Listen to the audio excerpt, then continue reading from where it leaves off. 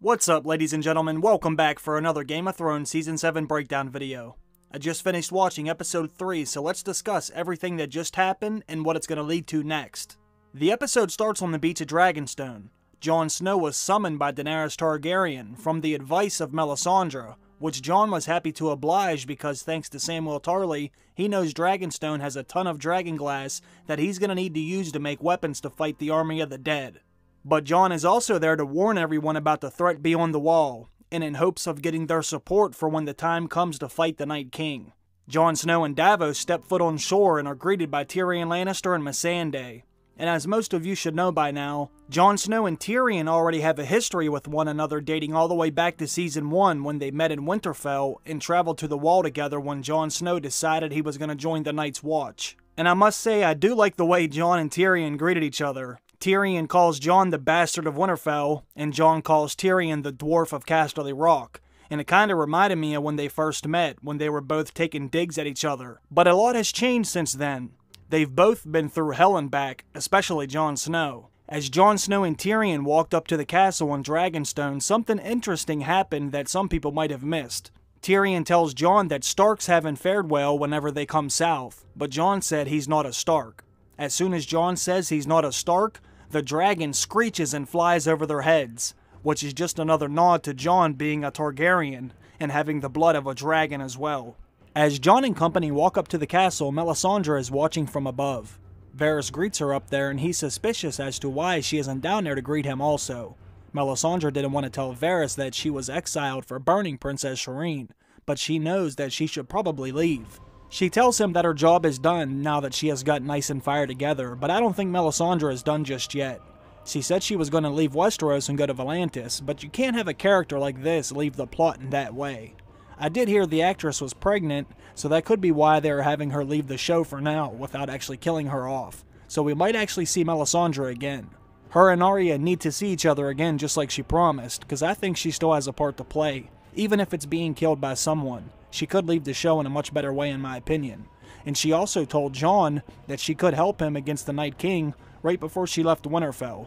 And I'd like to see what else she has up her sleeve. But let's move on. Since Tyrion feels like he knows and trusts Jon Snow, he was looking forward to him arriving because this is one person he can work with and hopefully come to some sort of terms with.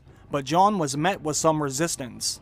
Daenerys was expecting Jon to come and bend the knee and swear fealty to her. She even made a reference to their family being allies a long time ago. When Aegon Targaryen was conquering the Seven Kingdoms with his 3 dragons, he got Torrhen Stark to bend the knee to him, and no men had to lose their lives on the field of battle that day. So Daenerys was hoping Jon was showing up to do the same thing, but Jon was not. He has plans of his own. Daenerys says that the oath Torrhen Stark made to Aegon was forever, for life. But Jon refused to bend the knee still. Jon started to get a little bit aggressive as well, and he lets Daenerys know that her father, the Mad King, murdered members of his family. Daenerys does apologize for what her father did. She doesn't want to be judged by the atrocities of her ancestors, but little do they know, those are Jon's ancestors as well. Daenerys says that she is the last Targaryen, but we all know she is not the last Targaryen. She's actually speaking to her nephew right now. Jon lets her know that she will need his help, but she thinks since she has dragons in the Dothraki, she's just fine on her own. But she has no idea what lies beyond the wall, and the Lannisters are starting to get some victories over her already, which is going to eventually put Daenerys in a position to need Jon's help down south sooner than she thinks. Unless, of course, Cersei would decide to help with the war against the army of the dead, but that's highly unlikely right now. But basically, to sum everything up in this scene, there was a lot of tension between Jon and Daenerys right now, because she wants everyone to kneel to her while she claims the Seven Kingdoms as her own. But Jon doesn't have time for the politics. He needs all the dragonglass he can get. Then he needs every single soldier in the realm fighting up north against the others. Jon and Daenerys need each other, and they will both come to realize this very soon. Well, I guess Jon already knows he needs Daenerys and her dragons, but Dany will realize she needs Jon just as much. Daenerys can stay and rule the Seven Kingdoms all she wants, but she's going to be ruling over a graveyard if she doesn't do something about the dead that are marching to the wall. But she doesn't believe in Grumpkins and Snarks, just like everyone else who hasn't seen them for themselves. But Tyrion does believe Jon. Tyrion tells Jon that he trusts the eye of an honest man. While Jon and Daenerys are playing tug of war, Davos brings up Jon's resurrection, but Jon quickly dismisses it, almost as if he's embarrassed by it. Jon doesn't want people to know this, but Daenerys did hear what Davos said, and she even asked Tyrion about it later. Daenerys tells Jon that he could be Warden of the North if he bends the knee, but you know Jon has to be thinking, I'm already king in the North, why would I take a pay cut? But until Jon bends the knee, the North is seen as being an open rebellion, and Jon and Davos aren't going anywhere.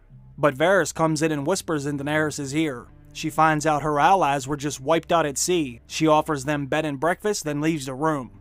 In the next scene, Theon Greyjoy is rescued from the sea. After the devastating attack by Euron Greyjoy, Theon left his sister to be taken prisoner, as he fled the scene of the crime. Theon is rescued by some other Ironborn men, and they aren't happy, but not a whole lot is said in this scene, so let's go to the next one, where we see exactly what happened with Yara and the surviving Sand Snakes. Euron Greyjoy has them in King's Landing, tied up behind him on his horse, as he is greeted with a parade of cheers that welcome him and his new gifts for Cersei.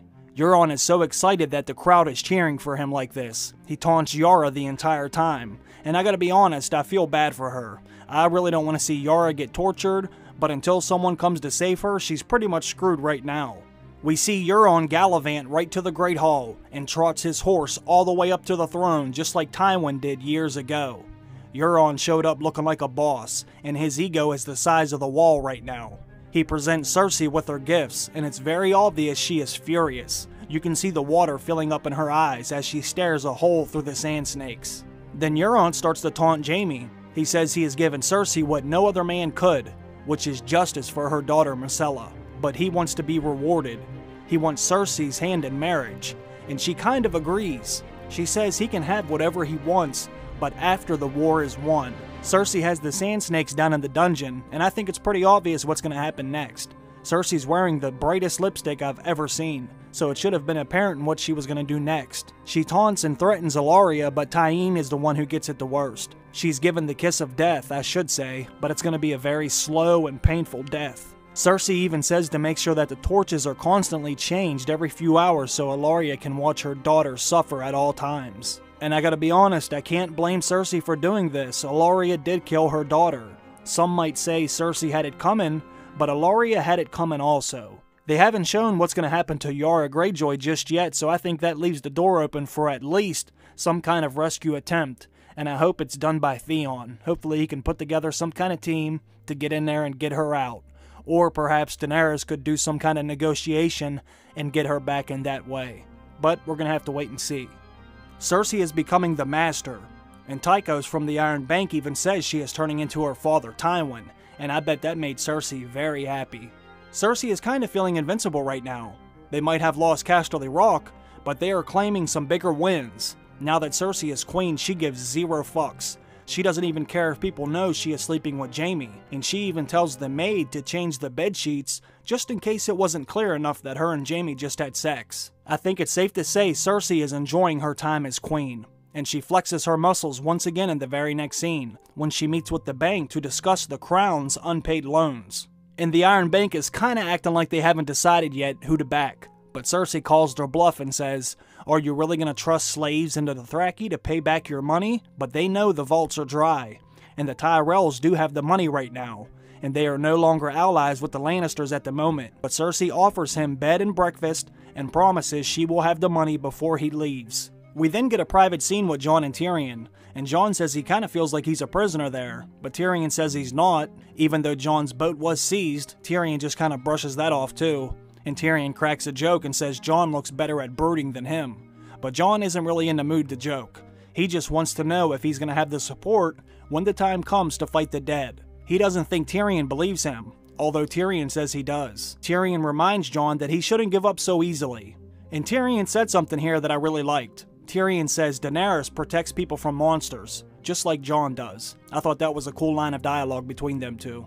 Tyrion then ends up talking Daenerys into letting Jon mine for dragonglass, and he does make a good point. She isn't using it for anything, so just let him have it. It could be a good sign of faith, and you may possibly get something in return.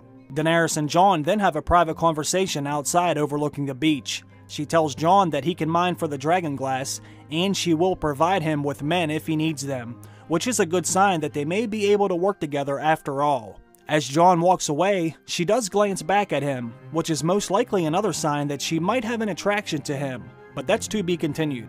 Then we finally go to Winterfell next, and I gotta admit, Sansa is taking care of business. She makes arrangements for food, knowing that everyone might have to shack up there for the long winter. As she is walking around the courtyard, watching as the armor gets made, Littlefinger ends up stepping in and he continues to work his way back into Sansa's head, and he even delivers his line that we heard in the trailer. But then we get interrupted by someone arriving at the gate.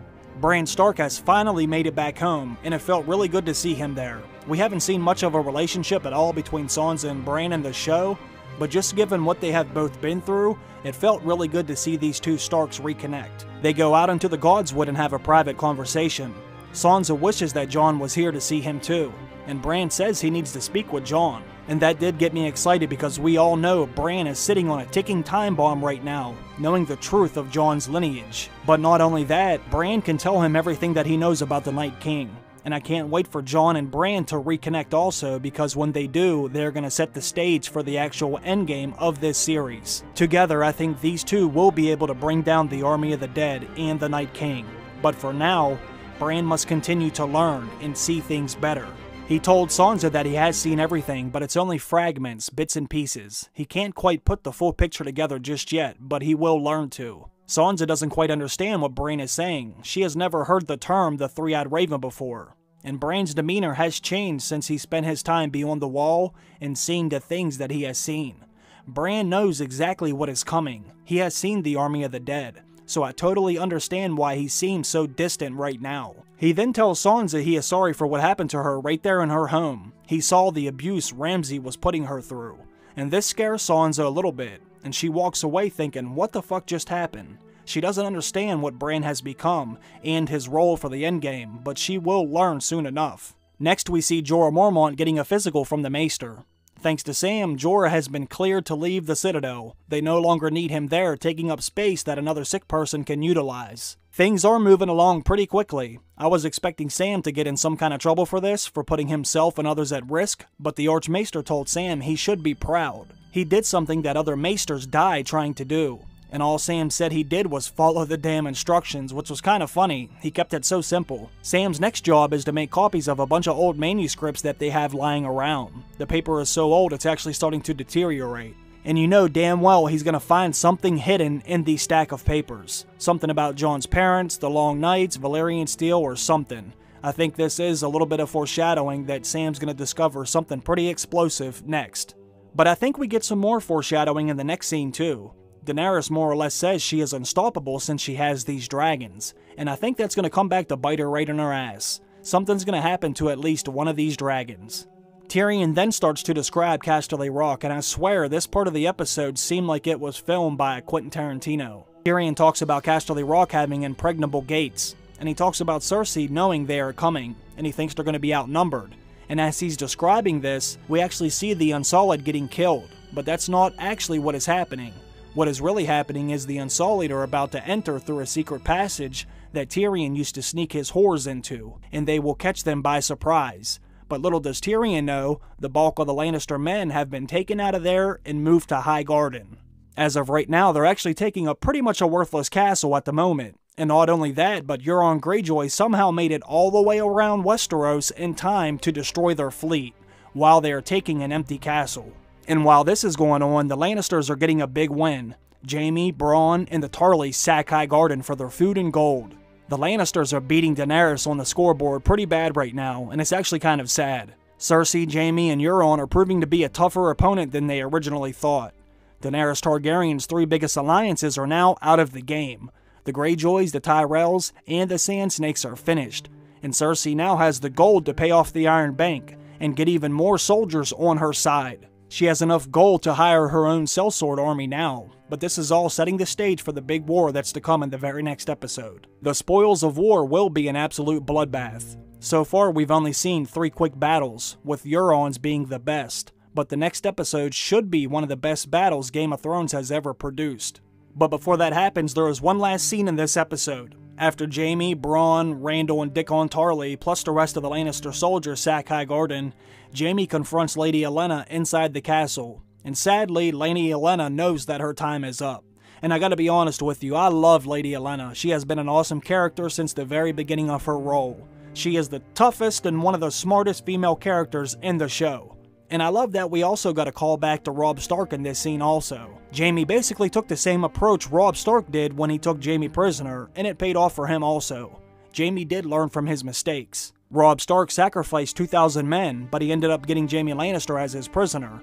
And Jaime Lannister basically just sacrificed Casterly Rock, but he got Highgarden instead, with enough food and gold to put them in a very good position. But I don't know if that gold is ever going to make it back to King's Landing. Once Daenerys Targaryen finds this out, she must react, and we've already seen enough footage from the trailers and promos to know that she strikes hard and fast, with a very large dragon and some very pissed off and bloodthirsty Dothraki men who are just looking for a good fight. But before Jaime leaves Highgarden, Olenna knows she must die. Cersei wanted her to be flayed and strung up in King's Landing, but thankfully Jaime talked her out of that. Jaime hands her some poison that he says is going to be painless, so Lady Olenna washes it down quick and gets it over with. She does know she's kind of being shown some mercy right now, but she isn't going to go down without one last prick from the Queen of Thorns. She reveals to Jaime that she played a big part in Joffrey's death, and she doesn't feel bad about that at all. And this does piss Jaime off, and he storms out of the room as the Rains of Castamere plays in the back. The Lannisters may have won now, but not before the Queen of Thorns can give them one last fuck you before she exits the game. I love that a lot. But how did you all feel about this episode? What did you like? What did you hate? Comment down below with your thoughts and questions because I'd love to hear them. And I will be making my breakdown for the preview teaser next for episode 4, which I will release on Tuesday. Then I'm thinking about live streaming again on Wednesday evening, so hopefully all of you can make it. If you're not subscribed already, you can click that subscribe button, then you can click that notification bell if you want so you can be notified every time I release something new or go live. Thanks for stopping by and watching today's breakdown. I do really appreciate that, and I also want to thank all of my Patreon supporters as well. That really does mean a lot to me, and I hope you all have a good day. I'll see you down in the comment section. Bye.